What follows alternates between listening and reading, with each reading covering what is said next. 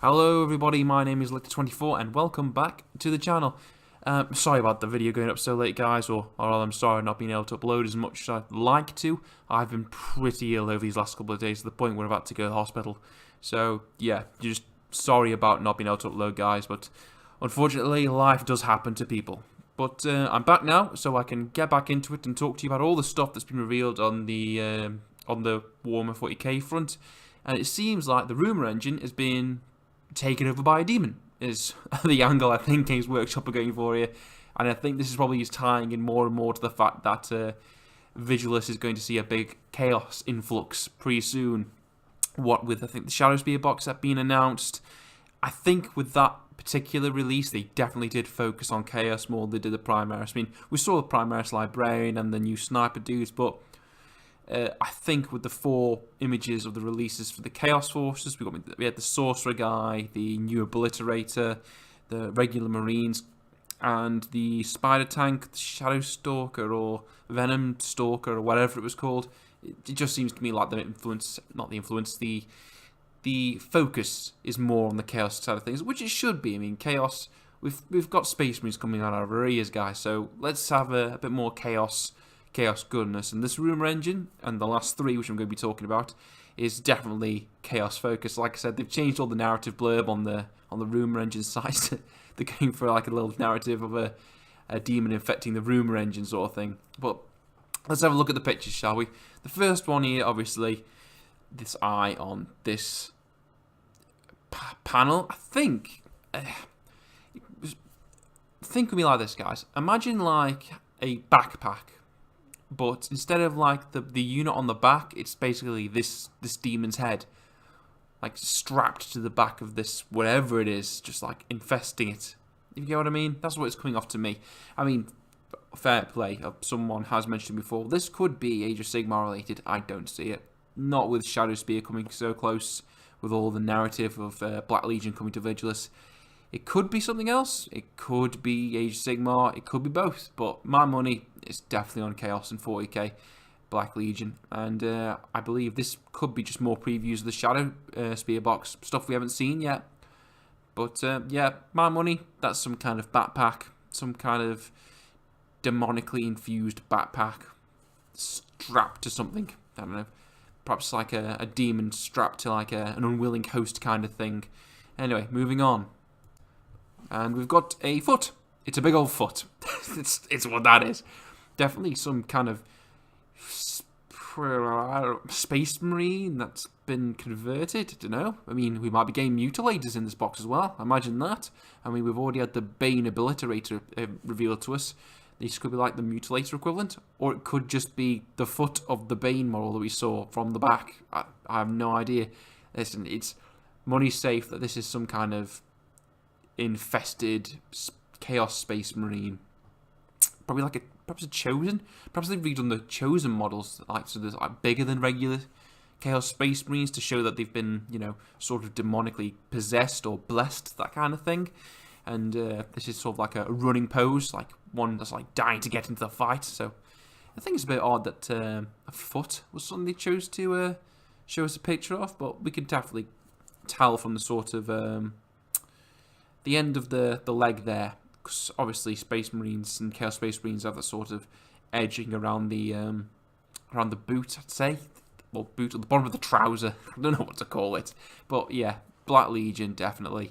And if I was a betting man, some new possessed or blessed or chosen or whatever they're called. Yeah, but it's an odd one. Like I say, a foot, really? Okay, and the last one so far.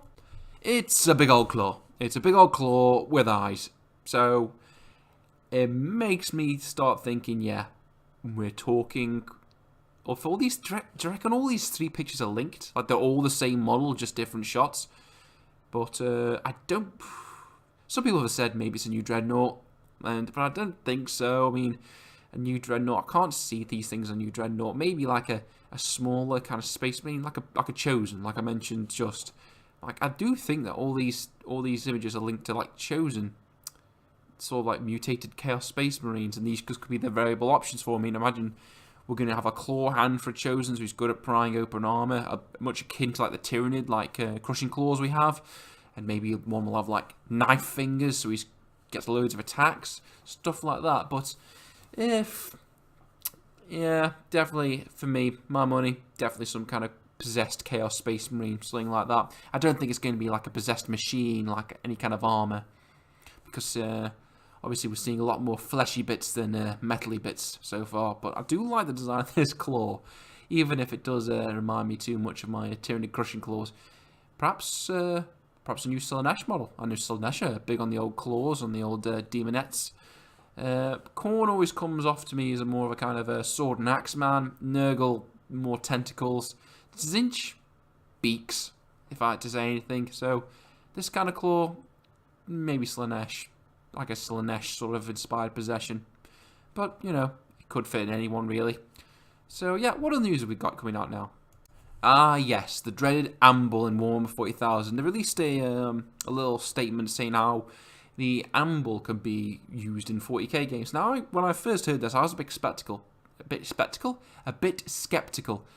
What faction could this possibly be in depth? I mean, let's face it, as far as I was aware, if you rule out all the ones it can't be Space Marines, it can't be Chaos, it can't be any of the Xenos races, apart from one. It can only be Dark Eldar. That's what I thought. Like, this is going to be like in addition to the Beastmaster models. But then I thought, do these even need to have the Beastmaster models? I mean, the Chaos was re-released not that... the Codex was re-released not that long ago. And I'm thinking, I haven't seen that Codex or really looked at it. Is there Beastmaster models? I knew there used to be. And I thought you could just trade in all the regular Dark Eldar beasties to get one of these running around in your army list. Sort of like a tamed beast from the arena complexes in Khemora. To run around the table and beat stuff up. I mean, the stats look pretty nice. I mean, 6-inch movement, so it's fast. It's hitting on 3s. Hasn't got a gun, all I can see, unless it spits on things. Strength, toughness 6, wounds 7, attacks 4, leadership 6, but 3+ save.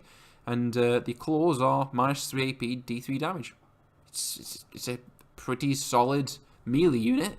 I mean, it can redeploy via deep strike, rapid tunneling. That's one of its abilities.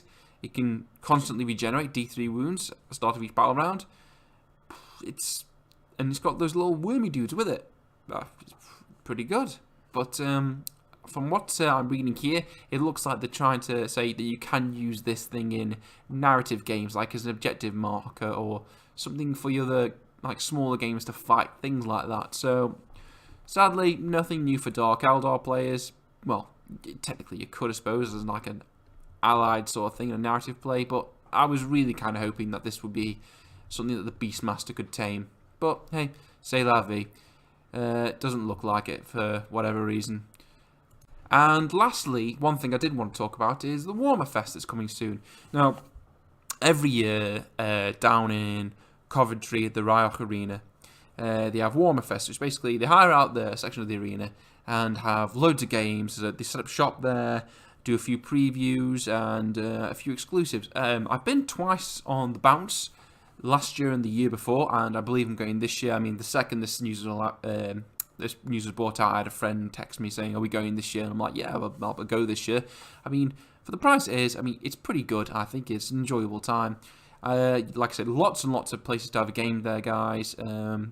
Bring your own food and sound. Bring your own food and water if you don't want to be paying ludicrous prices, because obviously you're a captive audience to this kind of place. Black Library have a large presence there. They have autograph signing, that kind of thing. Q&A with a lot of the guys who design the models and write the story, that kind of thing. It's really interesting. I mean, you pick up, if you've not done anything like this before, I'd recommend it. Sort of like a mini day out kind of thing. Obviously, if you're living a long way away from Coventry, it's a bit more of a trek. But, you know, I personally, from what distance I live, I live about an hour away from Coventry. It's a nice little day out. I mean, you get to see all the nice new shiny models and sculpts that people have painted up. It's always so good to see the work people have done on display. I mean, I remember one time I went and there was a Warlord Titan. Someone had free-handed, what was the art? Is it the Vitruvian Man? The Da Vinci Man with the guy's like stretched out and there's a circle around him. Someone had sketched that freehand on the back of a Warlord Titan, and it was just like, mwah, amazing. That's the thing that most stood out. I don't think I've ever seen a model that just dropped my jaw as much as that, just because the creativity and the insane amount of detail gone in. I mean, it looked like the back of the Titan was parchment, and this thing had been like parchment draped over metal, and this thing had been sort of stenciled on the back of it. It looked amazing.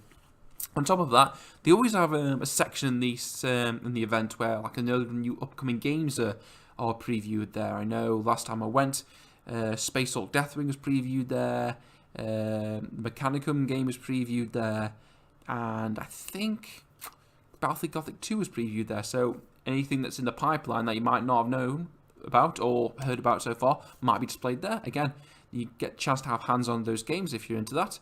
Also, new products might be displayed there. I know last year, Table of Ultimate Gaming was there, and those things are nice things. For 700 quid, you could pick one up. It's like a purpose-built table that could be converted into a gaming table. It's really, really good, guys. I mean, I'm not doing it justice, like speaking over YouTube, but if you're interested in that kind of thing, check it out. But they do have stands there from time to time. They might be there again just to show off the goods kind of thing.